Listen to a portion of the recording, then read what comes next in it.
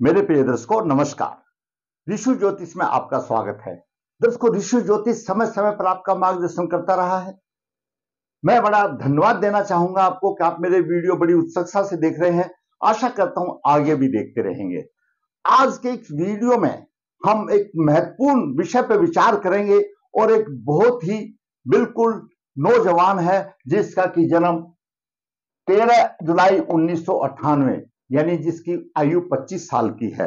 मैंने आपने पहले भी वीडियो में बताया था कि जो हमारे अभी जवान हैं उनके मार्गदर्शन के लिए तो उनकी प्रॉब्लम, उनकी जो कुंडलियों में परेशानियां हैं उनके संबंध में वीडियो बना करके आप मार्गदर्शन करना बहुत ही अच्छा है।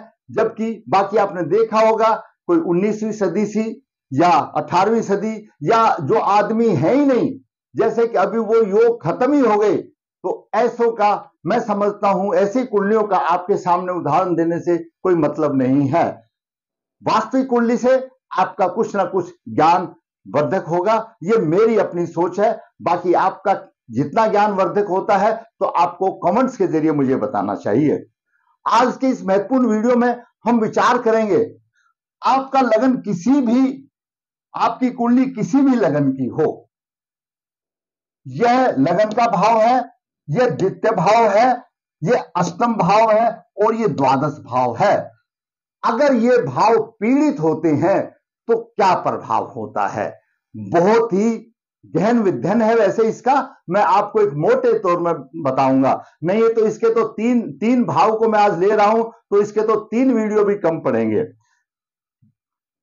द्वितीय भाव किसी भी जाति की कुंडली का द्वितीय भाव ज्योतिष का सिद्धांत है, दाहिनी आंख का होगा, खाने पीने से होगा, धन से होगा, कुटुंब से होगा, प्रारंभिक शिक्षा होगी, वाणी का भाव होगा। ये सारे ही प्रभाव और भी हैं, ये मैंने आपको मुख्य बताए, ये सारे द्वितीय भाव से हैं। अगर द्वितीय भाव पीड़ित होगा, धन की परेशानी होगी, वाणी में परेशानी होगी, उल्टी पुल्टी चीजें खाएगा, धन की कमी आएगी, कुटुंब का साथ नहीं देगा, ये सारे द्वितीय भाव से होंगे। और दाहिनी आंख में रोग भी होगा, ये सब द्वितीय भाव से होंगे। दूसरी तरफ अष्टम भाव, अष्टम भाव मृत्यु और कष्ट का भाव है, गूढ़ ज्ञान भी है। पीएचडी का भाव देखने के लिए अष्टम भाव है, क्यों? पीएचडी एक गूढ़ ज्ञान है और समुद्र यात्राओं का भी भाव है। लेकिन आमतौर पर हम साधारण भाषा में ये कहते हैं अब ये अष्टम भाव कष्ट का और मृत्यु का भाव है, मृत्यु तुल्य कष्ट देने वाला भाव है, इसको भी अशुभ भाव माना गया है। तीसरा है द्वादश भाव, हम इसको साधारण तौर पर कहते हैं सहवास सुख का भाव। सहवास सुख का भाव जब कोई भी स्त्री हो या पुरुष हो, कन्या हो या लड़का हो, जब शादी कर लेता है उसके पास पति पत्नी का सहवास सुख उसको कैसा मिलेगा, शादी का अलग भाव है, सहवास भाव कैसा होगा, खर्चा कैसा होगा, खर्च भाव होगा, और दंड का भी भाव है, सजा का भी भाव है, कोर्ट कचहरी का भी भाव है। ये सारे मोटे तौर पर द्वादश भाव के हैं। तो इनका सबसे महत्वपूर्ण ये विषय मैं आपको शुरू करने से पहले मैं बता दूं, ये लगन है, ये जिसकी कुंडली है उसका द्वादश भाव है और जिसकी कुंडली है उसका द्वितीय भाव है।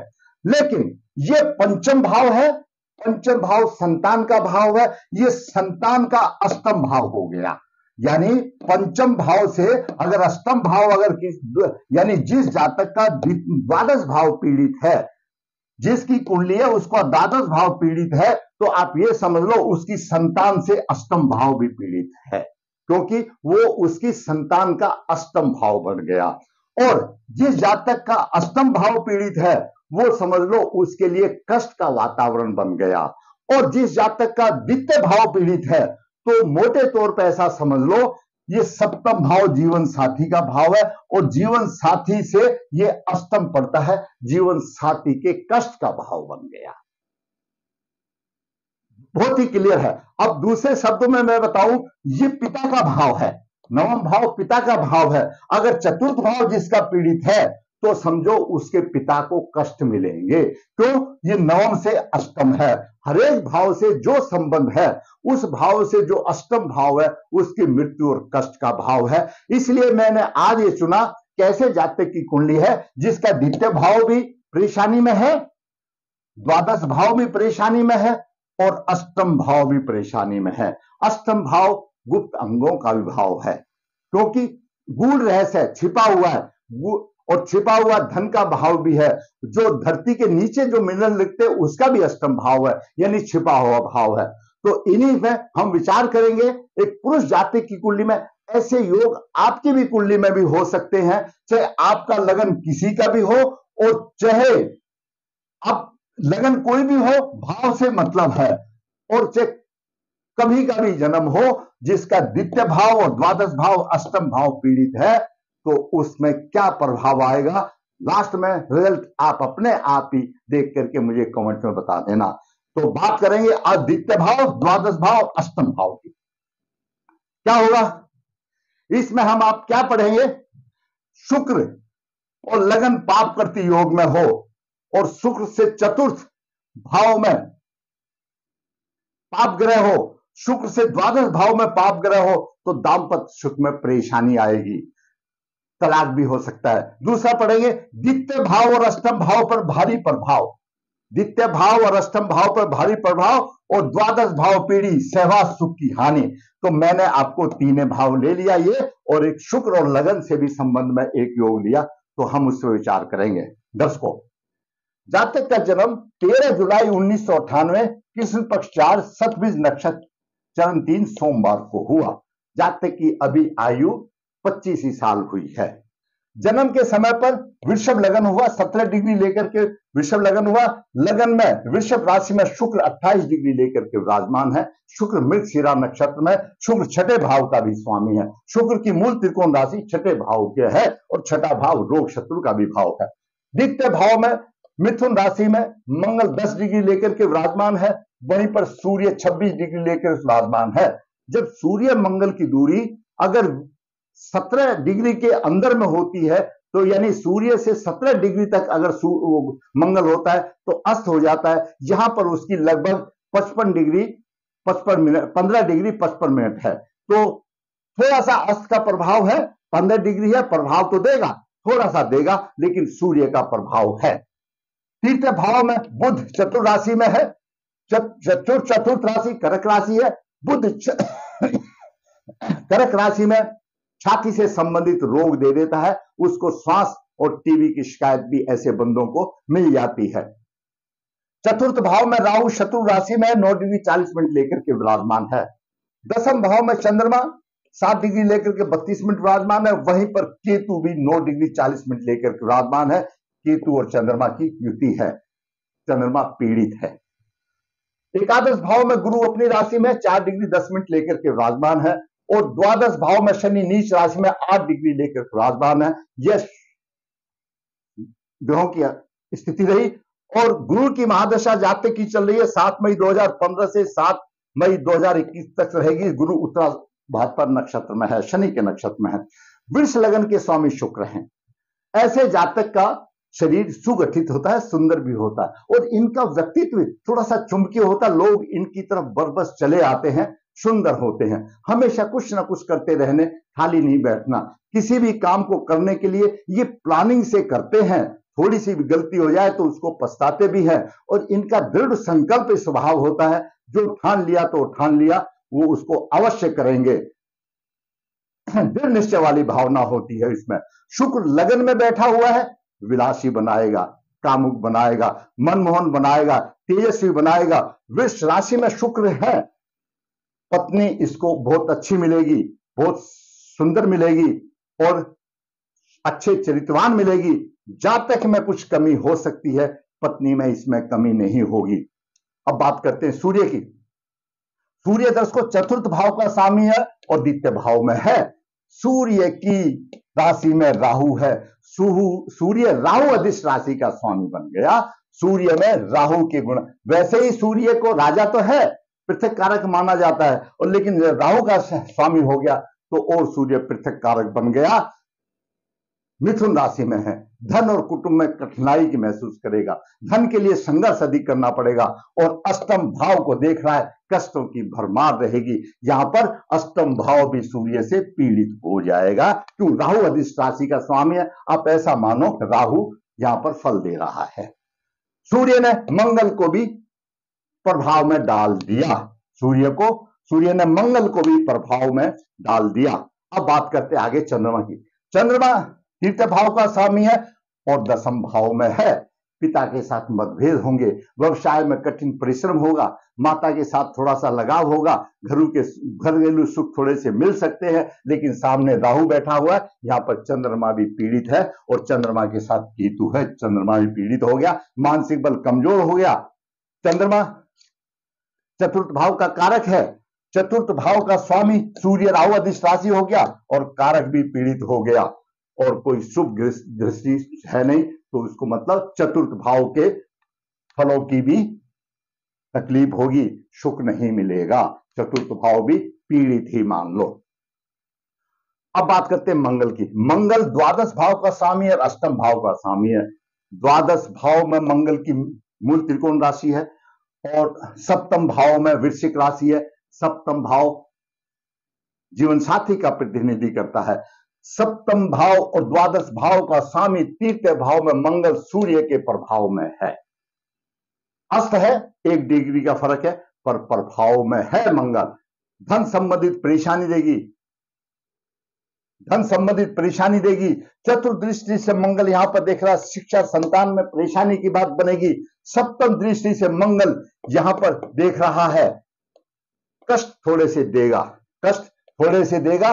पीड़ित है तो कोई खास बात नहीं रहेगी, थोड़े कष्ट देगा, क्यों? मित्र की राशि में देख रहा है, लेकिन कष्ट देगा।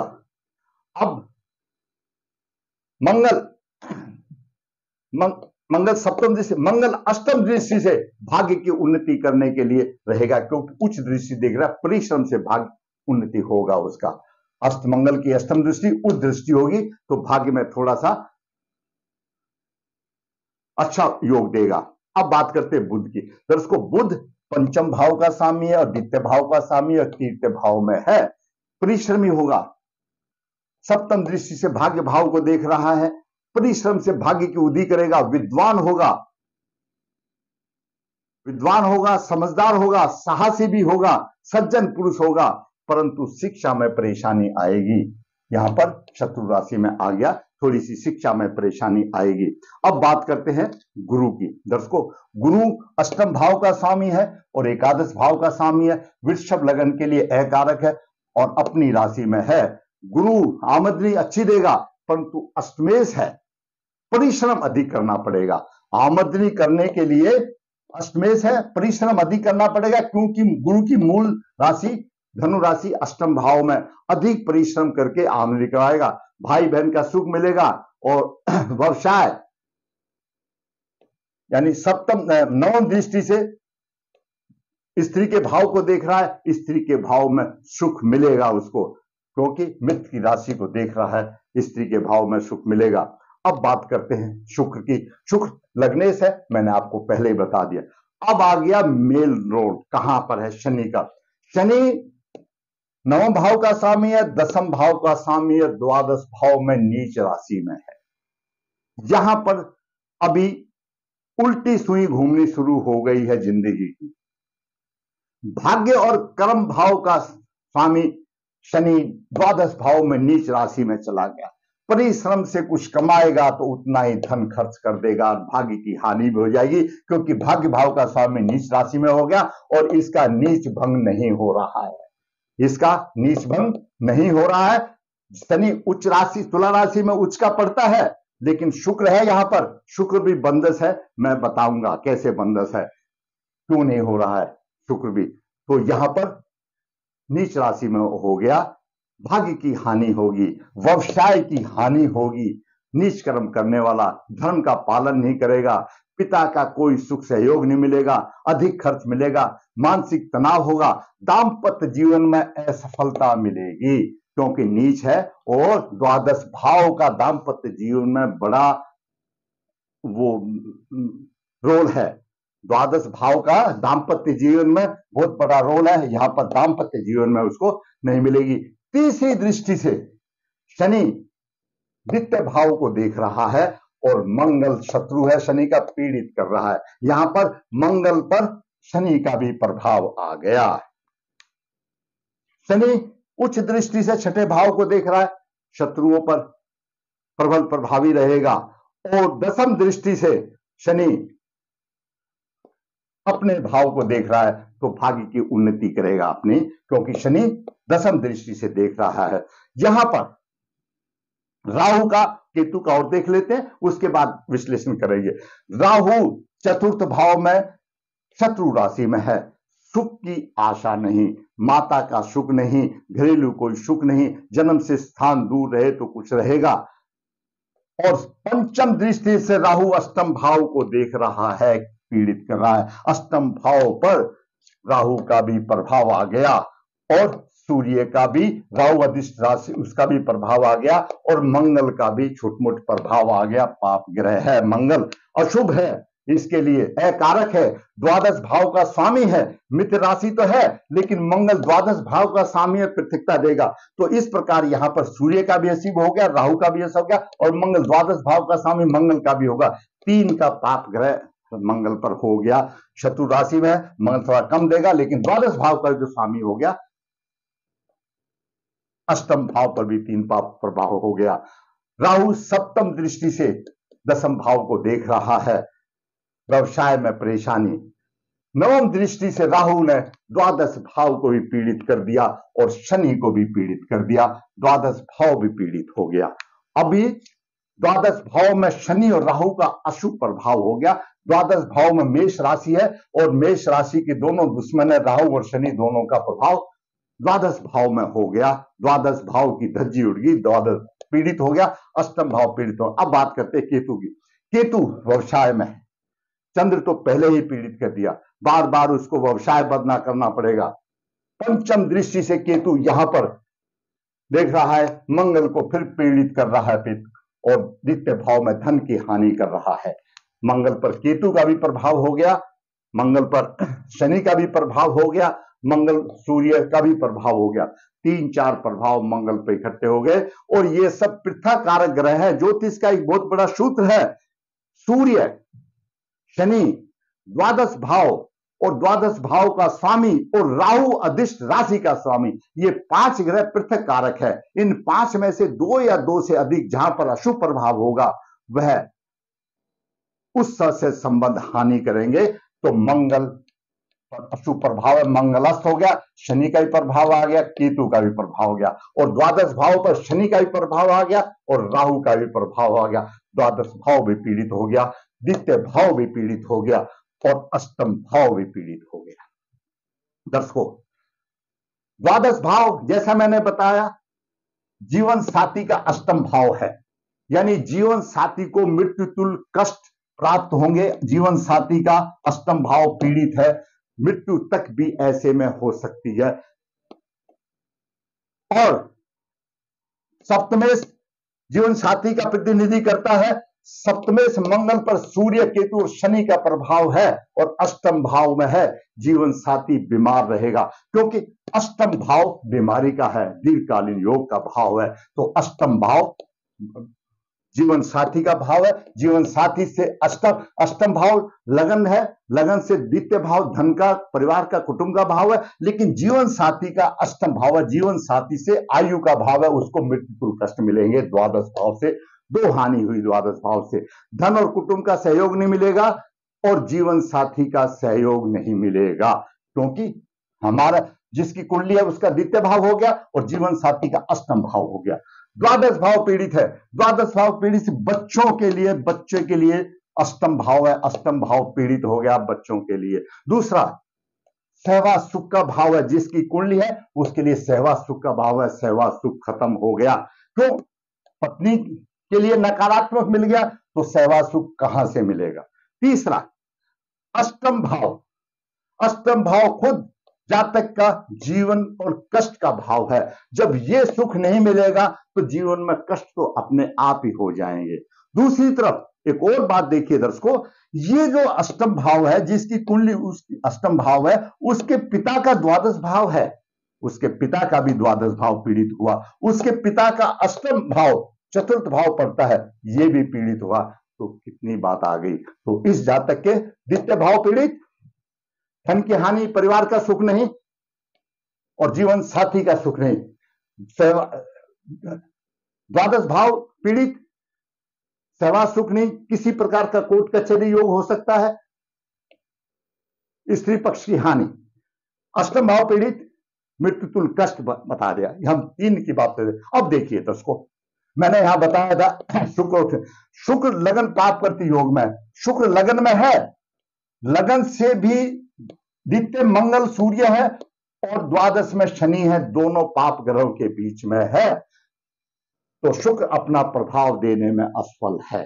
दूसरा, शुक्र से चतुर्थ पाप ग्रह, शुक्र से चतुर्थ राहु पाप ग्रह है और शुक्र से द्वादश पाप ग्रह है, सीधा तलाक योग है, घर नहीं बसने वाला, सीधा तलाक योग है, क्योंकि शुक्र भोग विलास का कारक है, शुक्र विवाह का कारक है, विवाह गुरु करा रहा है, गुरु देख रहा है अच्छी तरह से और शुक्र भी देख रहा है सप्तम भाव को, तो विवाह तो होगा, लेकिन विवाह होने के बाद विवाह में स्थायित्व नहीं है, जीवन साथी नहीं रुक पाएगा, कारण से कुछ भी हो। शुक्र से द्वादश पाप ग्रह, दाम्पत्य सुख में परेशानी, तलाक भी हो सकता है। शुक्र से द्वादश शनि है। द्वितीय भाव और अष्टम भाव पर भारी प्रभाव, द्वितीय भाव पर भारी प्रभाव, धन की हानि, कुटुंब की हानि, दाहिनी आंख की हानि, परेशानी, और स्त्री का, जीवन साथी का अष्टम भाव पीड़ित है, उसके लिए भी कष्ट का वाहक बन गया। दसम भाव पीड़ित, सेवा सुख, दसम भाव पीड़ित, बाई आंख में रोग हो गया, और द्वादश भाव पीड़ित, बाई आंख में रोग हो गया और सेवा सुख की हानि, किसी तरह से भी लगाइए तो जातक का जीवन व्यर्थ हो गया। और चतुर्थ भाव पीड़ित, माता से भी हानि होगी। तो ये इस जातक की कुंडली में मैंने आज आपको एक होनहार बालक की कुंडली का विश्लेषण करके बताया। आपका भी कोई भी ये भाव जो पीड़ित होगा, तो द्वितीय भाव, द्वादश भाव और अष्टम भाव, तो इसी प्रकार के मिलेंगे, चाहे आपका लगन कोई भी हो। दर्शकों, मैंने शास्त्रों के मुताबिक, अनुभव के मुताबिक, ज्ञान के मुताबिक एक नौजवान की कुंडली का वर्णन किया। अभी चढ़ती उम्र है, उपाय की बात सुन लो। सीधी सी बात है, ये आए हैं अपने पूर्व जन्मों का कर्मों का फल लेकर के, उन कर्मों का प्रायश्चित करें। प्रायश्चित करने के बाद अर्क विवाह करें। पुरुष जातक की कुंडली है तो अर्क विवाह करें, कन्या जातक की कुंडली है तो कुंभ विवाह करें। सूर्य मंगल का विषयोग का निवारण करें, राहु और शनि शापित योग का निवारण करें, चंद्रमा केतु की निवारण करें, और सब दोष करने के बाद फिर जातक अर्क विवाह करें। जीवन में आनंद में जीवन व्यतीत होगा, कुछ ना कुछ राहत मिलेगी। दर्शकों, मैंने आपका मार्गदर्शन करने की कोशिश की। अगर आप समझते हैं कि हमारे नौजवान के लिए ये वीडियो लाभप्रद है तो जरूर लाइक करें। अगर कुछ कमी है तो जरूर कमेंट्स में लिखें। लाभप्रद है जब भी कमेंट्स में लिखें। ऋषि ज्योतिष नर्मदा जी के तट के नजदीक है। यहां पर काल सर्दोष पितृदोष पूजा की जाती है। ऋषि ज्योतिष हाथ से पत्रिका लिखता है, निचोड़ देता है, जो इच्छुक है संपर्क कर सकता है। ऋषि ज्योतिष कन्या भाव के लिए गुण मिलान बिना किसी शुल्क के वर्कशॉप करके आसान करता है, जरूर तक फायदा उठाने की। दर्शकों, पिछले कमेंट्स में मैंने देखा है आप मेरे पे कमेंट्स में लिखते हैं क्या आप पत्रिका कंसल्टेट करते। मेरा नंबर है, इस फोन नंबर पर आप संपर्क करें, मैं आपकी पूरी सहायता करने के लिए तैयार हूं। मैं आपकी पत्रिका भी देखूंगा, आपको उपाय भी बताऊंगा और शुभ अशुभ योग बताऊंगा। मेरे हर वीडियो में नंबर रहता है, लेकिन हो सकता है किसी दर्शक ने ध्यान नहीं दिया, इसलिए मैंने आज नंबर यहां लिखा है। आप इस नंबर पर संपर्क कर सकते हैं और आपको जन्म की डिटेल तो भेजनी पड़ेगी, तभी तो देखा जाएगा। दर्शकों, अगर आपको मेरा वीडियो अच्छा लगा है तो लाइक करें, शेयर करें। जिसने चैनल सब्सक्राइब नहीं किया तो सब्सक्राइब करें, ताकि इसी प्रकार वास्तविक कुंडलियां बना करके मैं आपका मार्गदर्शन करता रहूं। धन्यवाद।